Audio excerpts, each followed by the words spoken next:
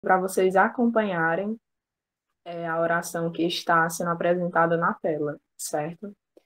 Oração. A vossa proteção recorremos, Santa Mãe de Deus. Não desprezeis as nossas súplicas em nossas necessidades, mas livrai-nos sempre de todos os perigos. Ó Virgem gloriosa e bendita. Amém. Que nosso Senhor e Nossa Senhora possam nos abençoar e dar-nos a sua sabedoria para nos guiar e nos conduzir. Em nome do Pai, do Filho e do Espírito Santo. Amém. Gente, peraí. Eu esqueci de pegar aqui duas coisas importantes. Peraí, só um minuto.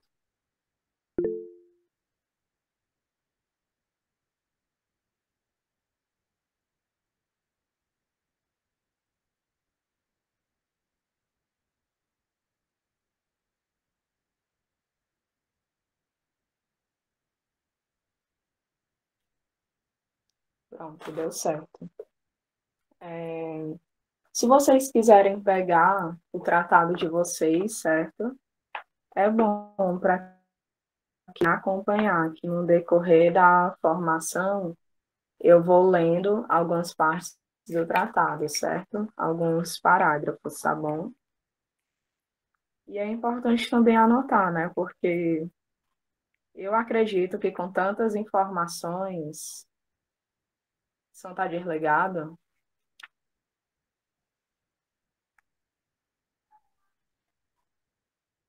Vocês estão me ouvindo?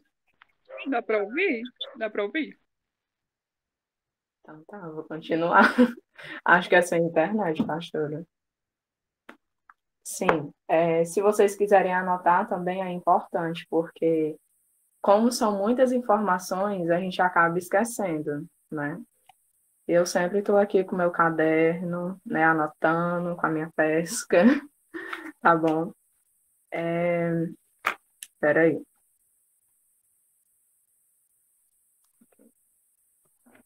Então, ok, né? Estejam com o tratado em mãos e o caderno, tá certo? Enquanto eu for falando os parágrafos, né? Porque não sei se tem alguém que vai se consagrar aqui pela primeira vez, se é o seu primeiro contato com o tratado, né? No tratado, a gente vê que tem uns números, né? Eu chamo de parágrafos, tá certo? Assim como no catecismo da Igreja Católica, também tem os parágrafos, não é isso? Então, quando eu disser parágrafo tal, né, vocês vão lá, pesquisam e que dá certo, tá bom? Ah, Dani, mas o que você está falando não condiz com o que está aqui, mas isso é só uma questão de tradução, tá certo? Não importa assim tanto a tradução, porque é a mesma coisa, né, que se fala, tá certo? Então, hoje vocês vão ver comigo o primeiro capítulo, certo? Que vai falar sobre a necessidade da devoção à Santíssima Virgem, certo? Para iniciar, eu coloquei essa pergunta bem instigadora, né? Porque geralmente, quando a gente fala em consagração, né, o ou a nossa, ou também uma curiosidade, né, das pessoas, qual a necessidade da devoção à Nossa Senhora, da devoção mariana? Qual a necessidade de se consagrar, né? Aí eu peço que vocês acompanhem no slide, que foi que eu coloquei lá. A devoção à Nossa Senhora não se pode comparar com as devoções aos outros santos, porque essa devoção é a mais necessária e o meio que nos leva ao fim último dessa devoção, unirmos a Deus. Então a gente vê que, assim, hoje, a gente vê que as pessoas estão mais apegadas, né, às devoções aos santos, às novenas, né, e esses tipos de devoções do que a devoção principal, que é a devoção à Nossa Senhora. Claro que, tipo, para a pessoa ter uma devoção mariana, não necessariamente ela precisa ser consagrada, porque eu conheço muitas pessoas que têm uma devoção mariana, né, que tem profundidade no conhecimento de Nossa Senhora e não são consagradas, né? Mas o intuito do projeto Pelas Mãos de Maria é a consagração, porque a gente acredita que a consagração à Nossa Senhora é o meio que nos une a Deus, né? É o meio que Nossa Senhora nos leva a nos unirmos a Deus, certo? E foi o meio que São Luís instituiu para a gente, né? A consagração à Nossa Senhora por meio do tratado, não é isso?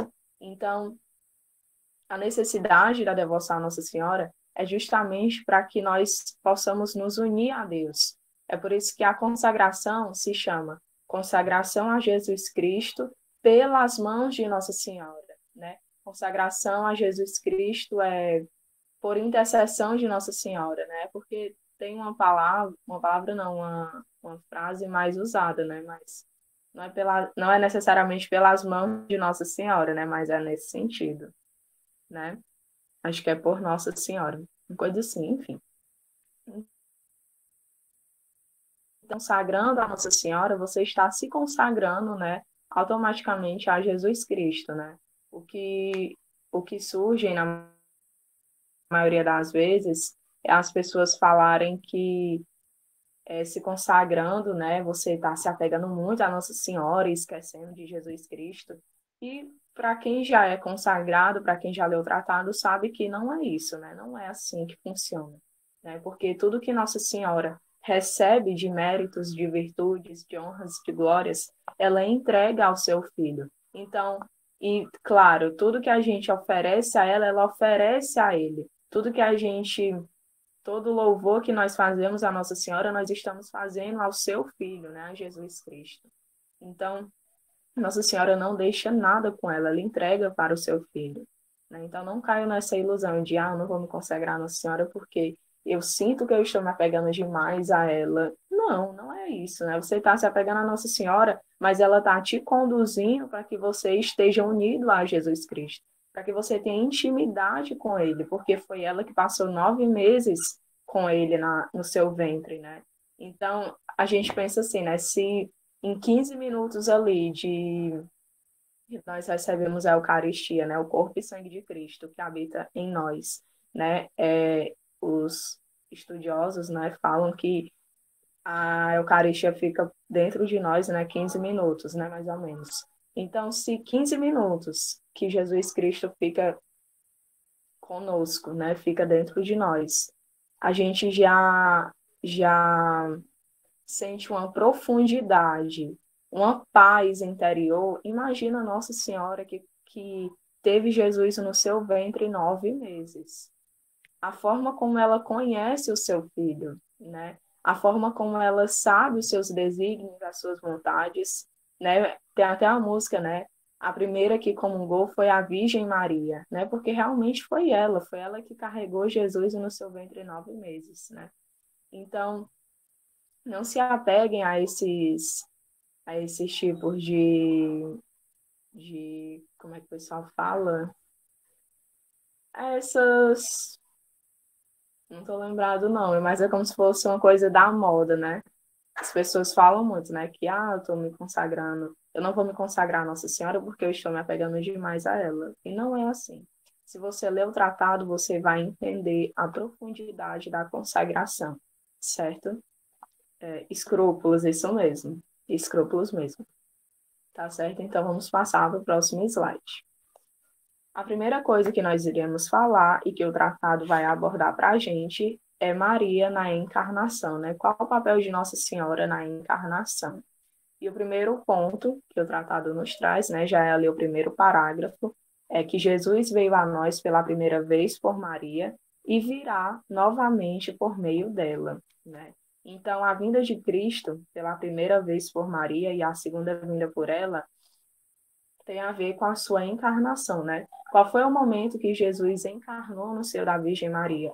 Foi na anunciação do anjo Gabriel, né? Até coloquei a foto aí para vocês, né? Dia 25, nós iremos celebrar a, a festa, né? Da encarnação do Verbo, né? E da anunciação do anjo Gabriel à Nossa Senhora, sexta-feira agora.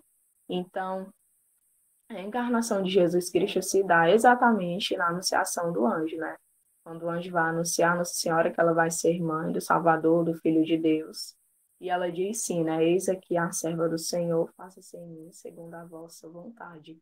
Certo? Naquele momento, Jesus já habita no ventre de Nossa Senhora, tá certo? E vocês vão encontrar essa passagem em Lucas 1, no versículo 26 ao 38, certo? Para quem quiser se aprofundar mais, né? Talvez tenha alguém que não, assim, apesar de que essa passagem é bem conhecida, né? É difícil alguém não ouvir. Mas se você quiser se aprofundar mais no texto, pesquisar, né? Está em Lucas 1, versículo 26 ao 38, tá certo? O segundo ponto, que no caso é o segundo parágrafo, eu vou ler aqui para vocês. Ó. O que São Luís vai nos falar? Maria viveu sua vida no anonimato, motivo pelo qual é chamada de alma mater pela Igreja e pelo Espírito Santo, que significa, alma mater, mãe escondida e secreta. Sua humildade foi tão profunda que ela não teve neste mundo pretensão mais poderosa e mais contínua do que a de esconder-se a si mesma e a toda criatura, para ser conhecida unicamente por Deus. Então, uma das primeiras virtudes, né, que São Luís fala, sem nos mostrar, né, sem nos falar claramente que é uma virtude de Nossa Senhora, é a sua humildade, como ela queria esconder-se a si mesma, né, da humanidade, para que somente Deus a conhecesse, para que somente Deus tivesse a consciência da sua existência, né? E por isso ela é chamada de alma mater, né? Essa mãe escondida e secreta, porque a gente não vê nas Sagradas Escrituras, né? O nascimento de Nossa Senhora, os pais de Nossa Senhora, a gente não vê como foi a vida dela desde o começo. Né? A gente só vê ali a partir da anunciação do anjo, e o último já é em Pentecostes, né? No caso. Então, Nossa Senhora, ela foi muito preservada por Deus, né? Ela foi muito escondida por Deus, de tal forma que até São Luís fala no tratado que Deus ele tinha, é como se Deus tivesse um desejo de que Nossa Senhora não fosse conhecida nesse momento, né, no início da sua vida, na sua primeira vinda, mas na sua segunda vinda, né, ela já vai ser conhecida, porque o seu imaculado coração triunfará, né? Se vocês tiverem curiosidade de pesquisar as aparições de Nossa Senhora, né, principalmente Nossa Senhora de Fátima, né, que no caso é a mais atual, vocês vão ver como Nossa Senhora fala do seu imaculado coração, né, que irá triunfar, certo? Então, a gente não vê esses relatos, né, sobre a vida de Nossa Senhora. E São Luís também ainda vai relatar ó, que na passagem de. Não estou lembrada qual é a passagem, mas tem uma passagem que fala, né, sobre quem é esta, né, se referindo a Nossa Senhora, né, porque sempre vocês vão ver, se vocês pesquisarem sobre as passagens bíblicas que envolvem Nossa Senhora, que o Antigo Testamento tem sempre uma relação com o Novo Testamento, certo? Então, muitas vezes não tem ali o nome de Nossa Senhora, mas tem uma relação, certo? E já já a gente vai falar disso, tá bom? Então, vamos ler aqui o parágrafo 3, o que que São Luís vai falar. Para atender às suas súplicas, de mantê-la oculta, pobre e humilde, Deus agradou-se em escondê-la aos olhos de praticamente toda criatura humana, em seu nascimento, em sua vida, em seus mistérios, em sua ressurreição e assunção. Mesmo seus pais não a reconheceram, e os anjos com frequência se perguntavam uns aos outros: quem é esta? Pois o Altíssimo a ocultou deles. Ou, se dela descobrissem alguma coisa, ele ainda lhes ocultava infinitamente mais. Certo? E aí a gente já entra em outro ponto, que eu já falei aqui em algumas formações do projeto Pelas Mãos de Maria, sobre a corte celeste, né? Nossa Senhora, ela está abaixo apenas de Deus na corte celeste. Eu coloquei aqui para vocês, no próximo slide, sobre a igreja triunfante, né? Acompanha aí. Esse slide, essa foto no caso, mostra um pouco de como é a corte celeste, né? Ó, Jesus, né, o Filho de Deus, Deus Pai e o Espírito Santo, que ficou ali cortado, né, no caso, acima, né, de Nossa Senhora e de São José. e abaixo deles os santos, e abaixo dos santos os anjos, né? Lá no finalzinho. Quase não dá para ver os anjos, mas ali são os anjos, certo? E eu queria falar para vocês sobre os cultos que existem, né? Os cultos de adoração e de veneração. O culto de latria, para quem não sabe, é o culto de adoração dado somente a Deus, ou seja, a Santíssima Trindade, certo? E a idolatria, a gente sabe que é quando nós veneramos a outros deuses, né, que não seja Deus, tá certo? Então, entendam aí, latria é o culto de adoração dada somente a Deus, ou seja, a Santíssima Trindade, certo? E a idolatria é a adoração a outros deuses, tá bom? O culto de hiperdulia, é o culto de veneração e honra dado a Nossa Senhora, certo? O culto de dulia é o culto de veneração dado aos santos. E o culto de protodulia, que eu acho que esse ninguém conhece, nem eu conhecia, é o culto de veneração a São José como o maior, o primeiro entre os santos depois de Nossa Senhora. Então, o culto de protodulia é o culto dado a São José. O culto de dulia aos santos. O culto de hiperdulia a Nossa Senhora. E o culto de latria à Santíssima Trindade, certo? É muito bom a gente se aprofundar nisso, porque às vezes, né, às vezes não, que acontece sempre, né? Até o nosso pároco aqui do Aratori está sempre falando nas missas. E a gente vê as pessoas, os nossos irmãos, né, protestantes, falarem que nós adoramos imagens, né, e todas essas coisas, sendo que não. Entenda uma coisa, as imagens são representações, né? Isso não significa que se quebrar a imagem, né, quebrou o santo, né, matou o santo, sei lá, né, porque, tipo, existem pessoas que têm esse pensamento, e eu conheço pessoas que têm esse pensamento, né, mas não, gente, a imagem é uma representação, entendeu? E não significa que porque nós estamos fazendo orações, né, voltadas assim para a imagem, não significa que nós estamos adorando a imagem, mas nós estamos adorando a representação da imagem, né? No caso, estamos, por exemplo, a imagem de Nossa Senhora, né? A gente olha para ela, mas é imaginando, é na contemplação, meditação, a gente imagina que Nossa Senhora está ali, né? Para que a imagem nos ajude a lembrar de Nossa Senhora. Assim como existem as igrejas, acho que é clássicas, né? Quem entende a pastora Natália. Eu não sei como é o nome, mas é aquelas igrejas bem arte barroca, eu acho, né? Bem bonitas. É igrejas como se fosse. É porque eu não sei o nome, a pastora sabe. Mas, enfim, é umas coisas bonitas, tá certo? Uma coisa bem bonita. Depois eu posso até mandar lá no grupo, né? Que realmente a igreja nos faz pensar que nós estamos no céu. Pronto, as igrejas de Fortaleza, né? Se vocês forem ali não é 13 de maio, Cristo Rei, gente, a igreja é linda. Linda, linda, linda, maravilhosa. Você se sente no céu. E existem outras igrejas em outros estados aqui do Brasil que realmente é uma coisa assim que você se sente no céu, entendeu? Eu estou dizendo isso justamente para que vocês entendam, né, que as imagens, o ambiente favorece justamente para que a gente esteja em oração, para que a gente esteja nessa intimidade com Deus, entendeu? E aí entram os cultos, tá certo? Então, se vocês quiserem se aprofundar nisso, eu super indico. E também quero me aprofundar, né? Porque a gente está aqui não só para ensinar vocês, mas para aprender também, né? Eu vi aqui que os meninos estavam falando, né? Arquitetura medieval é justamente isso aí mesmo, né? É muito lindo. Essas igrejas preservadas também, né? Igrejas que são preservadas desde o começo, tá certo? Então, vamos continuar.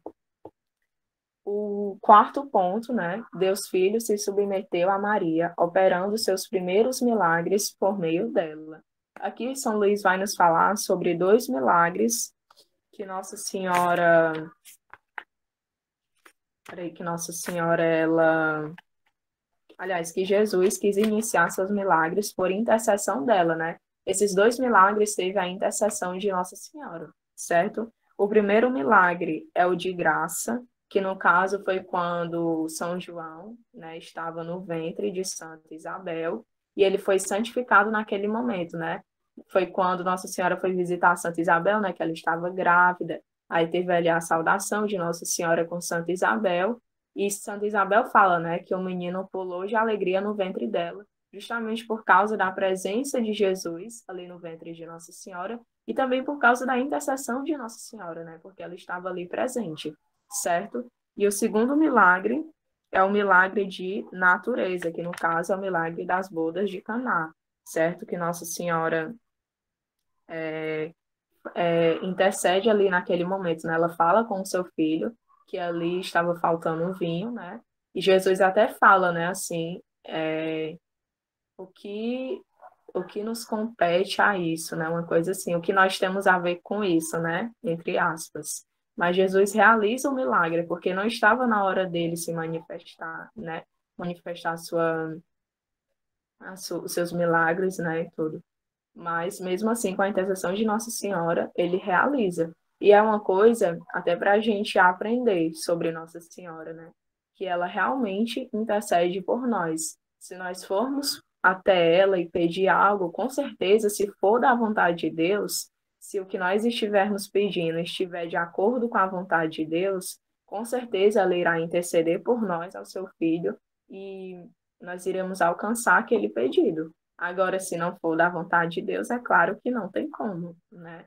Eu acredito que tudo que nós pedimos a ela, ela intercede por nós, mas ela intercede ainda mais para que o nosso coração esteja de acordo com a vontade de Deus, né? Porque na maioria das vezes a gente nunca pede o que é da vontade de Deus, né? Sendo bem realistas. Então, Nossa Senhora, ela está ali para interceder por nós, para que o nosso coração seja moldado de acordo com a sua vontade, de acordo com os seus desígnios, certo? O quinto ponto que eu coloquei aqui foi sobre Deus Espírito Santo quis produzir Jesus por meio de Maria. Aí a gente vai lá no parágrafo 20. O que que São Luís vai nos falar? O Espírito Santo, estando estéril em Deus, ou seja, sem produzir uma outra pessoa divina, tornou-se fecundo por meio de Maria, a quem ele desposou. Foi com ela, nela e a partir dela que ele produziu sua obra-prima, que é um Deus feito homem e que ele forma todos os dias até o fim do mundo, os predestinados e os membros do corpo desse chefe adorável. É por isso que, quanto mais ele encontra Maria, sua esposa amada e inseparável numa alma, mais ele se torna atuante e poderoso para formar Jesus Cristo nessa alma e essa alma em Jesus Cristo. Ou seja, o Espírito Santo, ele tem sim a fecundidade e a capacidade de gerar, né? Não é porque com a intercessão de Nossa Senhora, né, ele se tornou incapaz de gerar Jesus Cristo, não. Mas ele teve essa mediação de Nossa Senhora, né, no caso para que fosse gerado Jesus Cristo, certo? E ele deseja produzir Jesus Cristo, né, como ele vai falar aqui no final, ó. Quanto mais o Espírito Santo encontra Maria, sua esposa amada e inseparável no alma, mais ele se torna atuante e poderoso. Então, o que é o Espírito Santo encontrar Maria no alma? É ele encontrar as virtudes de Nossa Senhora, né? E já já nós iremos falar aqui sobre as virtudes, certo? Então, se o Espírito Santo encontra humildade nessa alma que somos nós, ele vai atuar ainda mais em cada um de nós, certo? Isso não significa que ele também não vá atuar, porque o Espírito Santo, ele só age nos corações que são abertos. Se você não tem um coração aberto à graça de Deus, então Deus não vai escancarar as portas do teu coração. Ele só vai agir se você permitir, certo? Vamos aqui para o próximo slide.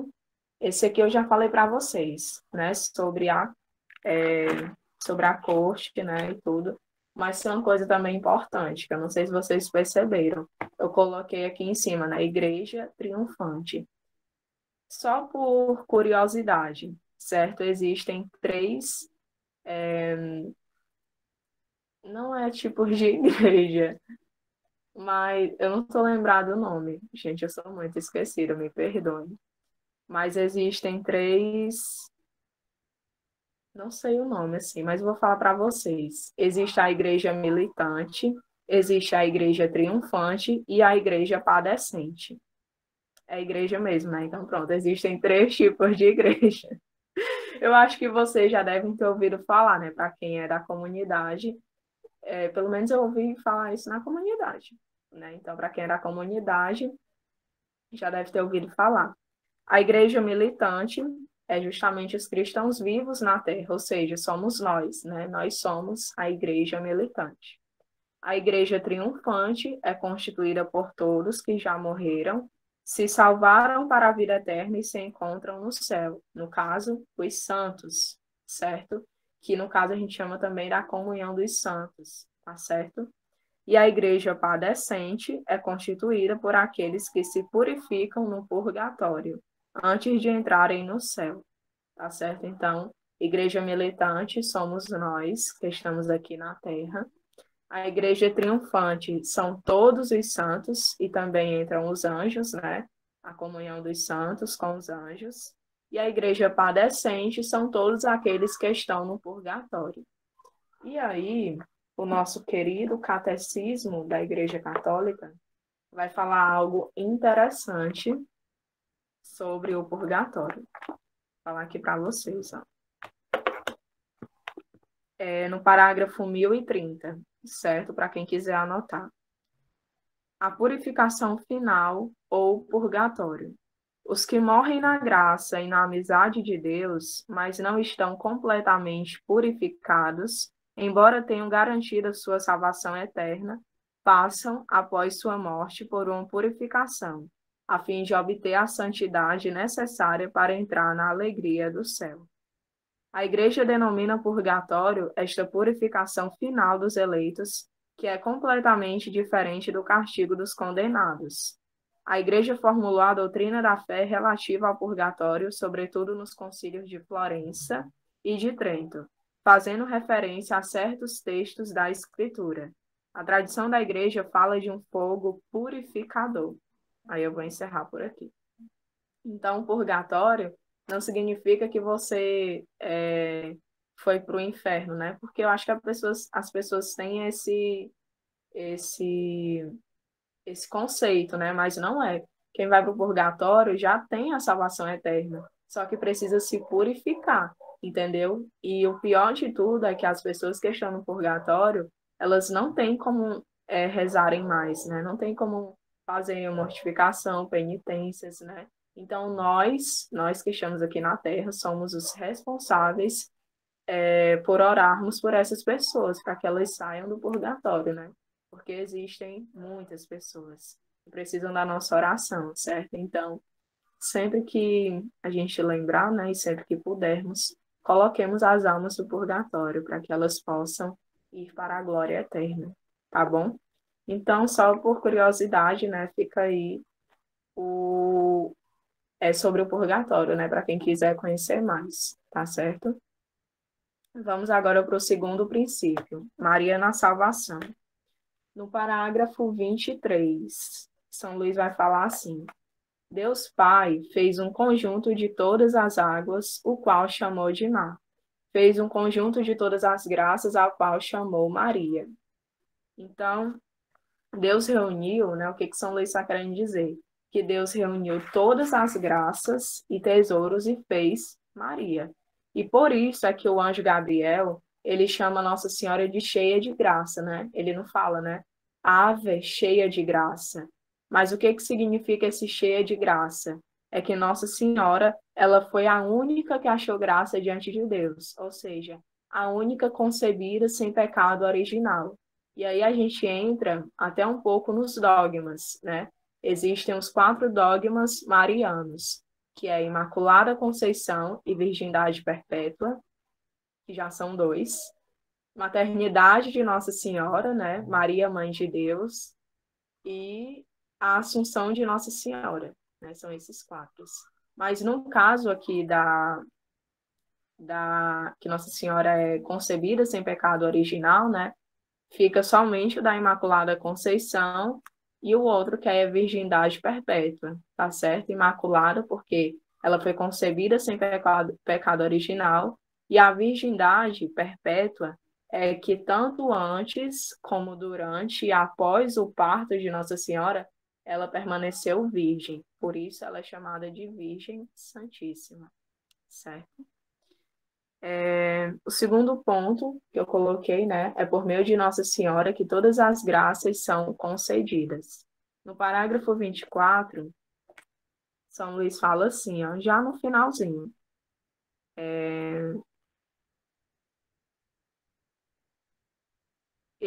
Deus fez tesoureira de tudo aquilo que seu pai lhe deu em herança.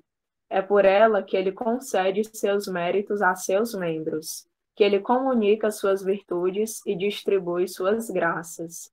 Ela é o canal misterioso, o aqueduto pelo qual ele transmite de modo suave e abundante suas misericórdias. Ou seja, Nossa Senhora ela é a dispensadora das graças, né?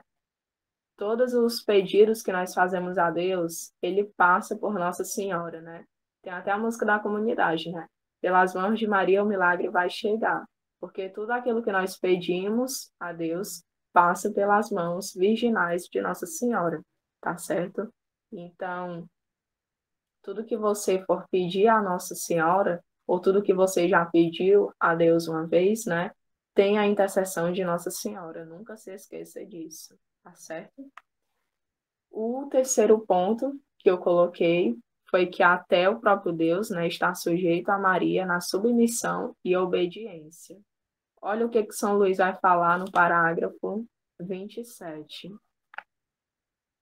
É certo que nosso Senhor ainda é no céu tão filho de Maria quanto foi na terra, conservando a submissão e a obediência do mais perfeito de todos os filhos, diante da melhor mãe dentre todas. Mas é preciso cuidado para não considerar nessa dependência algum rebaixamento ou imperfeição em Jesus Cristo, pois estando Maria infinitamente abaixo de seu filho, que é Deus, ela não exerce sua autoridade de mãe sobre o filho, do mesmo modo pelo qual uma mãe deste mundo exerceria autoridade sobre o filho que está abaixo dela. Aí no finalzinho ele vai falar assim, ó. Maria não pede, não quer, nem faz nada que esteja em desacordo com a vontade eterna e imutável de Deus. Ou seja, foi o que eu falei nesse instante, né? Que Nossa Senhora ela está em consonância com a vontade de Deus. E a vontade de Deus, ela é imutável, ela não muda nunca, certo? Então, tudo que nós pedimos a ela, ela só vai conceder, ela só vai interceder, no caso, se nós pedirmos de acordo com a vontade de Deus, certo? Então, essa dependência de Jesus à Nossa Senhora, na sua submissão e obediência, é, no caso, nos pedidos e orações de Nossa Senhora, como foi nas bodas de Caná, né? Que ela pediu ao seu filho porque ali estava faltando vinho, no caso, né? E ele transforma toda a água que tinha ali em vinho. Então, do mesmo jeito é na nossa vida. Se nós pedimos algo a ela, ela vai interceder por nós. E se for da vontade de Deus, ele vai conceder, certo? E claro, Nossa Senhora, ela é sempre humilde, tá bom? Em seus pedidos, em suas orações, ela tem sempre essa virtude, tá bom? Como mãe, como redentora.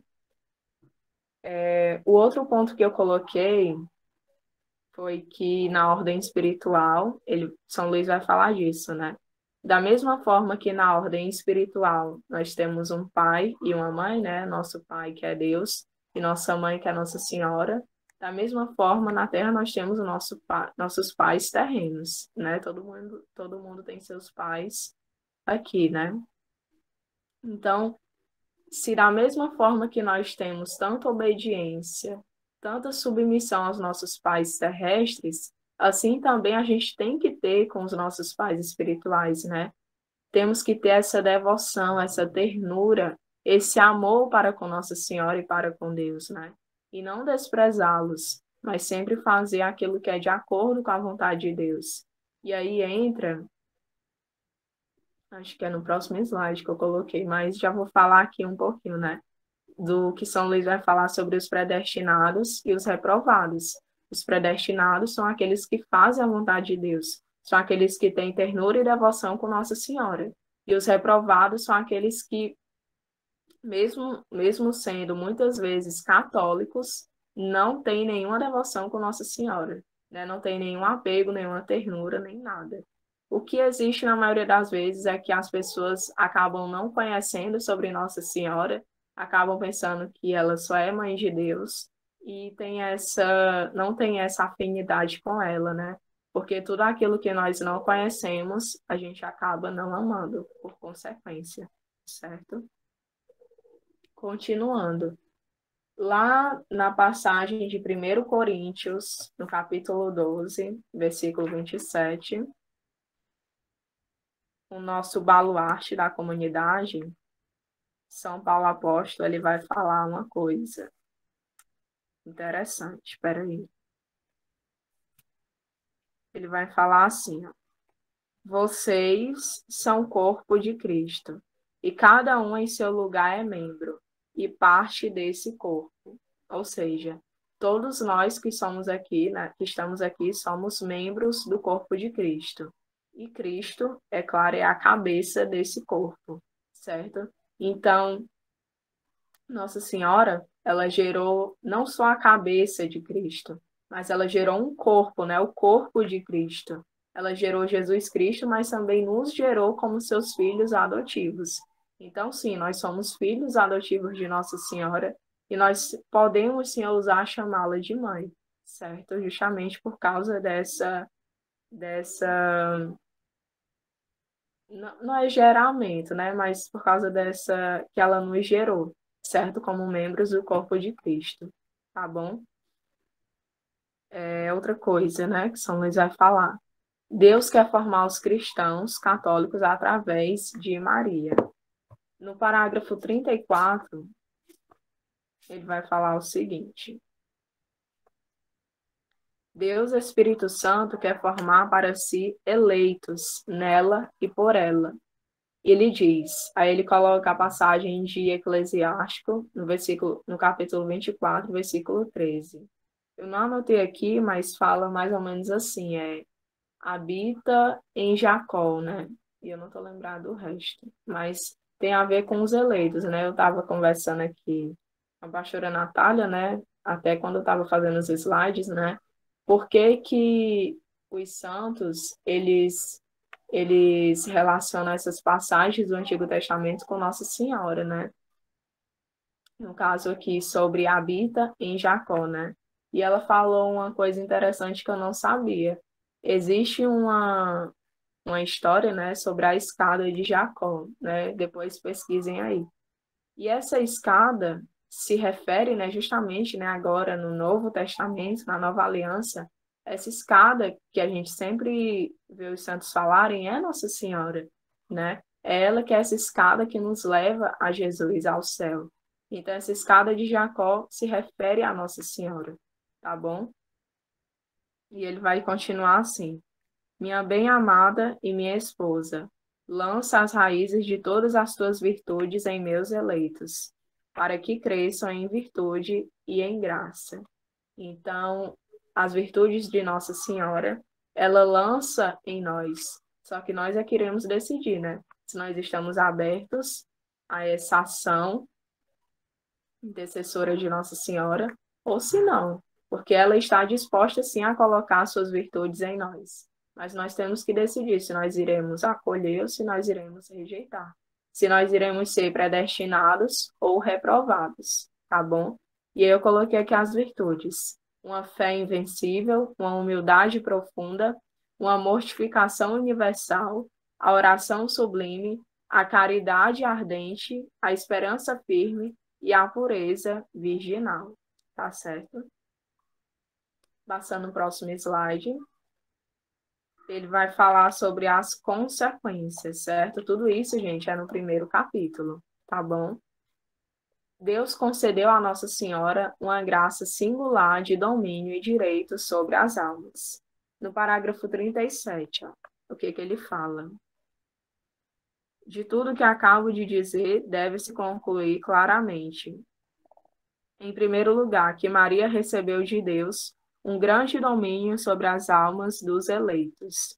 E já no final, para resumir, né, ele fala assim: Nossa Senhora não pode fazer todas essas coisas se não tiver direito e domínio sobre suas almas por uma graça singular do Onipotente. Então, Deus concedeu a ela essa graça de ter domínio sobre nós, né? De ter essa especialidade sobre os seus filhos, né? Esse direito sobre os seus filhos. E o que que ela deseja fazer em nós? É nos formar, nos nutrir e nos gerar.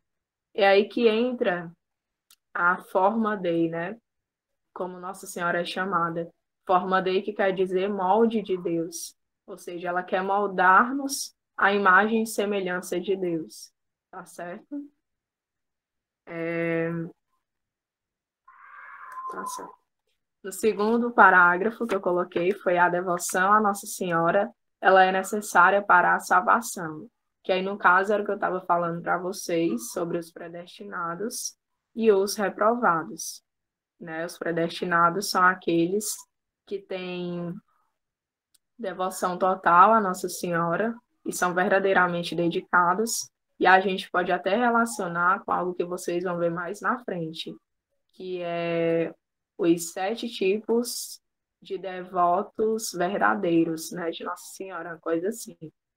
Lá no capítulo 7, tá bom? E os reprovados são aqueles que não têm amor e estima pela Virgem Maria, tá certo? E aí outra coisa interessante que São Luís vai falar é que, peraí, ele vai citar aqui alguns santos, né? Santo Agostinho, Santo Efrem, São Cirilo de Jerusalém, São João Damasceno, e vai falar que todos eles provaram irrefutavelmente dessa devoção mariana. Então, não só eles, né, mas todos os santos passaram por essa escada que é Nossa Senhora, passaram por esse caminho, certo? Se você for conhecer os santos, você vê que tem ali algo de Nossa Senhora.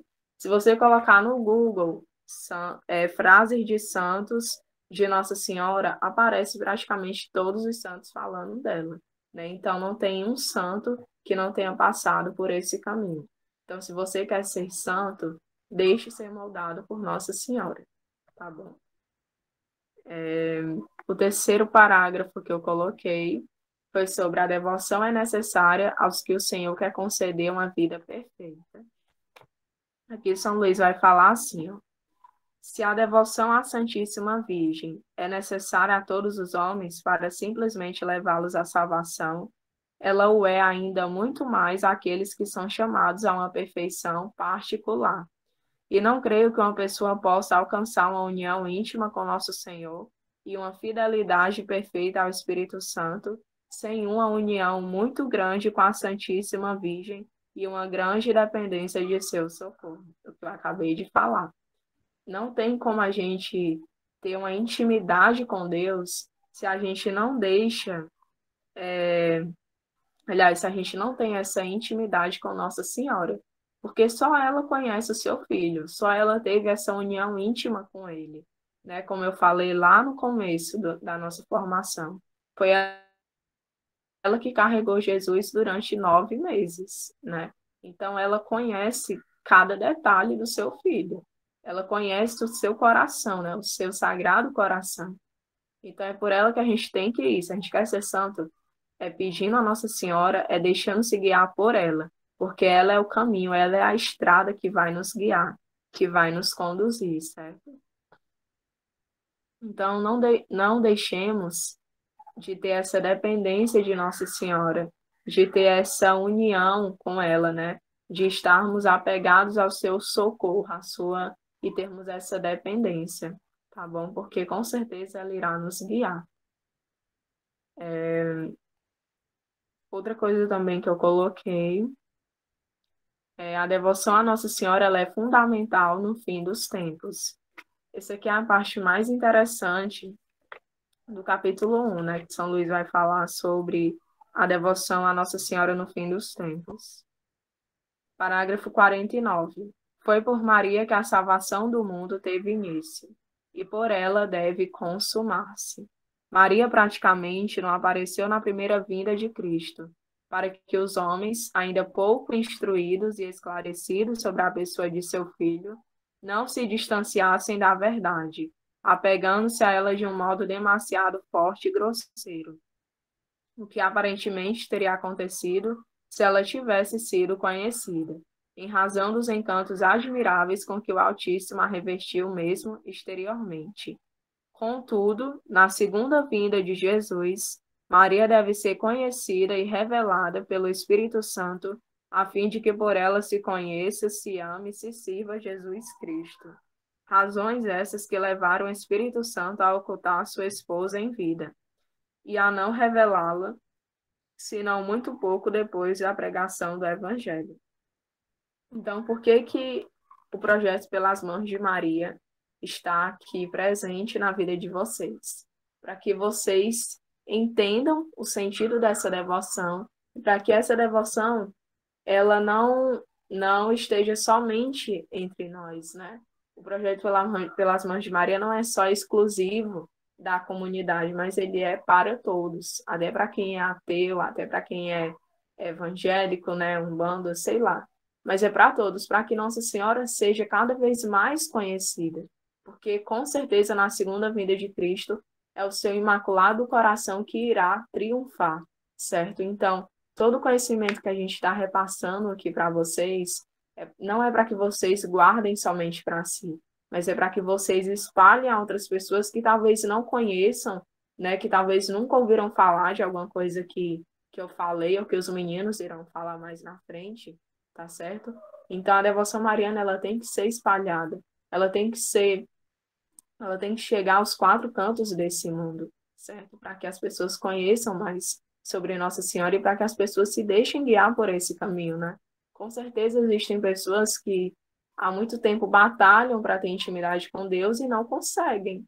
E quando encontram essa estrada, esse caminho que é Nossa Senhora, parece que as coisas se tornam mais fáceis, né? Entre aspas. Parece que a estrada vai tendo uma direção, né? Vai tendo um caminho a ser seguido, tá certo? Porque com Nossa Senhora realmente tudo fica mais fácil, né? Quando a gente passa por alguma dificuldade, a gente não sente tanto, né? Assim, não é sentir tanto, mas é porque a gente acaba tendo uma fé madura, sabe? A gente acaba ganhando uma fé inabalável sobre as dificuldades, porque a gente vai aprendendo com ela, com as suas virtudes, né? Então, como eu falei, quanto mais a gente conhece algo ou alguém, mais a gente ama. E quando a gente ama algo, a gente se esforça, a gente se dedica, tá certo? Por esse algo ou alguém. E aí, uma coisa também que São Luís fala é que Satanás sofre mais ao ser vencido por Nossa Senhora. Ele fala isso no parágrafo 52. Deixa eu ver se é aqui mesmo. Ó, Deus, inclusive, deu a Nossa Senhora já desde o paraíso terrestre, embora ela ainda estivesse apenas em seu projeto, tanto ódio contra esse maldito inimigo de Deus, tanta argúcia para descobrir a malícia dessa velha serpente, tanta força para vencer, abater e aniquilar esse ímpio cheio de orgulho, que ele a teme mais não somente que a todos os anjos e homens, mas em certo sentido que ao próprio Deus. Mas por que que Satanás sofre, né? É justamente por causa da humildade de Nossa Senhora. Eu não sei onde é que fala aqui. Pronto, é aqui, ó. Em primeiro lugar, deve-se ao fato de que Satanás, sendo orgulhoso, sofre infinitamente mais por ser punido e vencido por uma serva pequena e humilde de Deus, e a humildade dela o humilha mais que o poder divino. A humildade de Nossa Senhora é sem limites, né? Como para vocês verem como quando se nós adquirirmos a virtude da humildade, como as coisas vão, aliás, como Satanás se irrita por sermos humildes, né? Porque ele é orgulhoso, tá certo? E a última coisa que eu coloquei foi sobre os servos de Nossa Senhora serão os apóstolos dos últimos tempos, responsáveis por espalhar a devoção. Então saibam de uma coisa, né? Porque já é o que São Luís finaliza o capítulo 1, né? Ele fala que os apóstolos dos últimos tempos seremos nós. Então, é uma grande responsabilidade, né, que nós estamos ganhando. Tá certo? Deixa eu ler aqui para vocês. Ele vai falar assim: serão autênticos apóstolos dos últimos tempos, aos quais o Senhor das virtudes dará a palavra e a força para operar maravilhas e triunfar de maneira gloriosa sobre os seus inimigos. Dormirão sem ouro nem prata, e melhor ainda, sem conforto, em meio a outros padres eclesiásticos e clérigos, e contudo terão as asas prateadas da pomba, para ir com a pura intenção da glória de Deus e da salvação das almas, aonde o Espírito Santo as enviar, e não deixarão para trás, nos locais em que tiverem pregado, senão o ouro da caridade, que é o cumprimento de toda a lei. Então, quando ele fala em espalhar a devoção, é justamente os pregadores, né? Nós seremos esses pregadores dos últimos tempos. É o que os apóstolos faziam, né? Eles pregavam a palavra de Deus, eles evangelizavam no tempo deles, né? Então, o que a gente tem que fazer hoje é isso, gente. Evangelizar sobre a devoção mariana. Porque às vezes a gente passa assim umas 2 horas conversando com a pessoa, mas não fala de Deus, não fala de Nossa Senhora. E claro, a gente não vai sair falando para todo mundo de Nossa Senhora, né? Porque nem todo mundo está disposto a ouvir. Mas eu acredito que existem brechas, aberturas que dá sim para a gente evangelizar, certo? Então, existem também, não só em conversas, mas existem meios para falar de Nossa Senhora. Basta que a gente aproveite essas oportunidades, certo? Como aqui o projeto Pelas Mãos de Maria. Né? Eu estou falando aqui de Nossa Senhora, mas um dia futuramente eu creio, eu tenho fé que serão vocês, tá certo? E para finalizar, eu coloquei aqui 3 santos que falam sobre Nossa Senhora, tá certo? Eu vou ler aqui para vocês. São Bernardo, da ordem cisterciense, participou em todo o movimento mariano de seu tempo. Compôs várias obras marianas com vários sermões sobre o papel de Maria no plano da salvação. Escreveu: se perturbado pelas culpas que pesam na consciência, atemorizado pelo terror do juízo, começas a afogar-te no abismo da tristeza, nos perigos, nas angústias, nas dúvidas, pensa em Maria, invoca Maria. Nunca ela se aparte de teu coração, e para que possas alcançar o auxílio das suas súplicas, não deixes nunca o exemplo da sua vida. São Luís também vai falar sobre isso quase no final do tratado, que a intimidade com Nossa Senhora não é somente para pedir, suplicar, mas nesses momentos de dúvida, de tristeza, de sofrimento, né? Nesses momentos que a gente se encontra perdido, sei lá, é importante a gente pensar em Nossa Senhora e pedir o seu auxílio, né? O seu amparo. E São Bernardo foi o santo que é muito falado no segredo do Rosário, né? Acredito que o Abigail falou com vocês sobre ele, tá certo? Porque ele foi o principal, né, responsável por evangelizar sobre o Santo Rosário, tá certo? Continuando. Aqui é sobre São Luís. Ele vai falar assim, ó, ele é o principal responsável pelo tratado. Eu vou agilizar aqui um pouco, né, porque está passando do tempo. E ele tem uma frase assim, ó: no céu, Maria ímpera, nos anjos e nos bem-aventurados. Como recompensa da sua profunda humildade, deu-lhe Deus o poder e o encargo de encher de santos os tronos deixados vazios pela orgulhosa queda dos anjos apóstatas. Então, São Luís, ele é responsável por muitos livros, mas o que fez mais sucesso, né, entre aspas, foi o Tratado da Verdadeira Devoção, né? O tratado, no caso, é um legado de São Luís, tá bom? E por último, é uma frase de Santo Ambrósio.